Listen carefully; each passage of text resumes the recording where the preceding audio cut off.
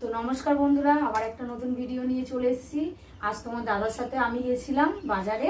তো চলো কি বাজার করেছি সেটা তোমাদের সাথে আর শেয়ার করে, আর কি কি মাছ কিনেছি। আলু পেঁয়াজ নিয়েছি, এবার মাছ।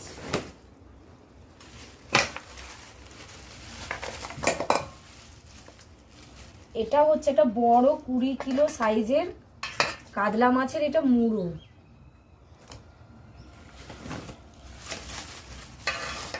তার সাথে আছে ভেটকি মাছ। এটা হচ্ছে ভেটকি মাছের মাথা।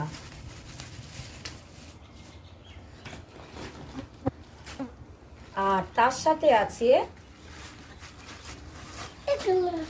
ইলিশ মাছ। এই দেখো ইলিশ মাছ খাবে তো তুমি? দেখতেই পাচ্ছেন আপনারা। আর আছে